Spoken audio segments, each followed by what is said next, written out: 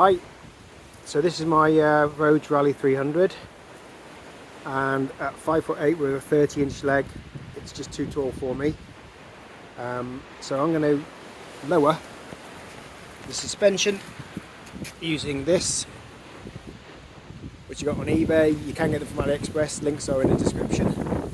It's actually for a CRF 300, a Honda CRF 300. I believe the only thing I'm going to have to do is increase this hole from 10mm to 12mm, and then I'm going to need to get a couple of washers to go inside there. I'm going to be using this, which I also got off on eBay. It's a Schwitzer bike lift, and it's rated to 680 kilos, so that's nearly 3 times the weight of the Voge. I'm doing this one-handed, so the video is probably not brilliant, but this thing came sort of partial. This lift came pretty well assembled, but I did have to do a few. You have to put a few bits on yourself. The instructions were absolutely crap, to be honest, but the lift itself is brilliant. So once that's in place, I'm just jacking it up with my foot, and now position it under the frame.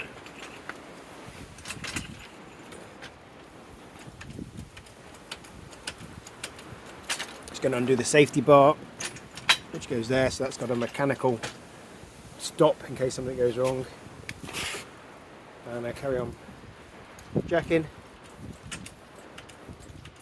and in a second now I'm going to go off the video and back in a second when it's on the stand. So that's the bike now with the wheel clearly off the ground, giving me plenty of room. I've got the safety brake on the lift. I've seen a few criticisms of this lift saying about its lowering speed. Its lowering speed is brilliant. I think if anyone is lowering quickly, then they've set it up wrong. This goes down really slowly. For 75 quid, whatever it costs, it's an absolutely great bit of kit. So this is the thing I'm going to be removing here, this.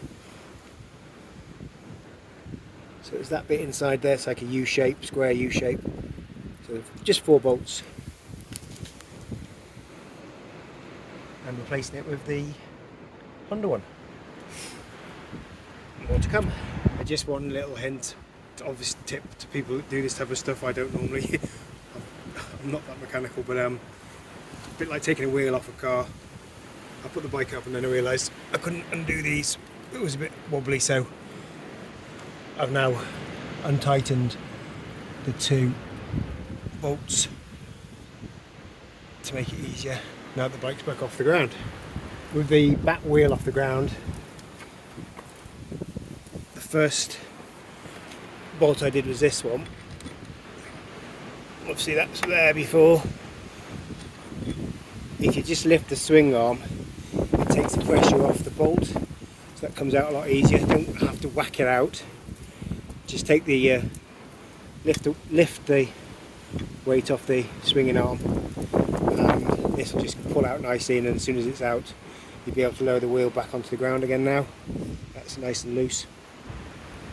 The same thing with the front one as well. The thinner one, just lift the swinging arm, that comes out really easy. It takes all the pressure off. So this is out now. There's a liner goes inside the original one. Excuse me. That's that, which conveniently fits perfectly into there. Almost. Yep, there we go. So that now, and the back end is done. All I need to do now is get these holes drilled out to 12mm, and then we can put it back together again. Okay, so quick update.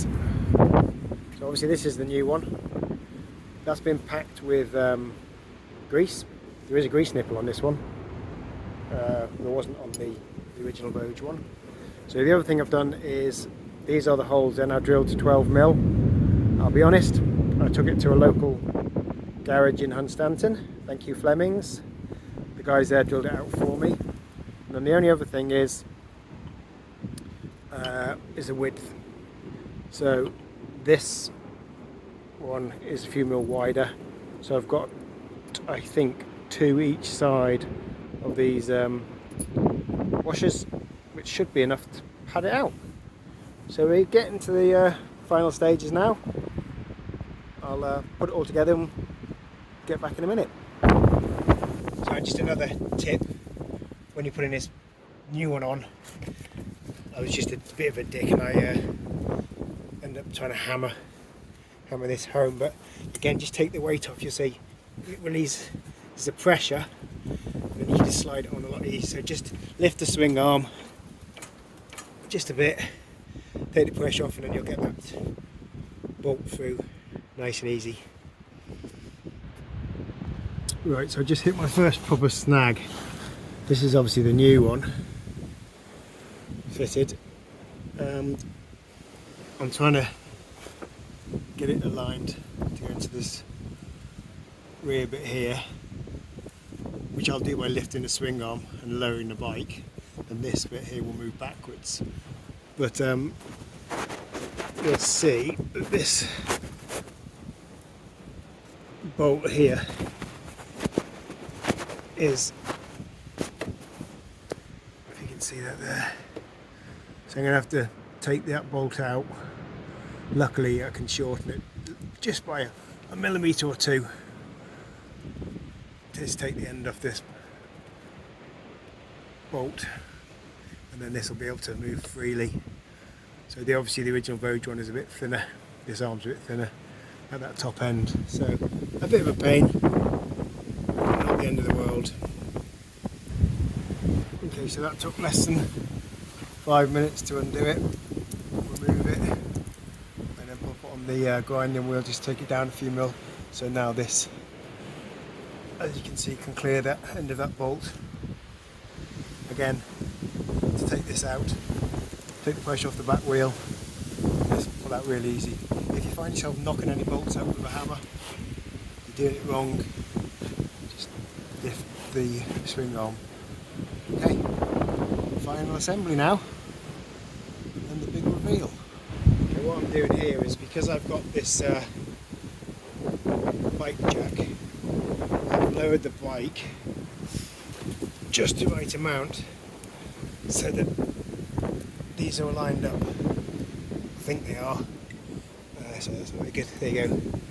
So remember, raising the bike, this moves forwards. Dropping the bike, this moves back and makes this longer. So I think we're nearly there. So that's it. Job done. All bolts just need to be tightened a little bit. I'll go and get Louise, and then she can show you a video of how low it is. And if I just walk around the bike, obviously it's still on the stand a bit, but you can see before we had about 6 inches. I know you're all going to say, why didn't I do a before video? I know I'm an idiot. I'll pop in a few photos of me on it before, but anyone who's got one will know what it looks like unloaded. Right, there we go. Both feet on the floor.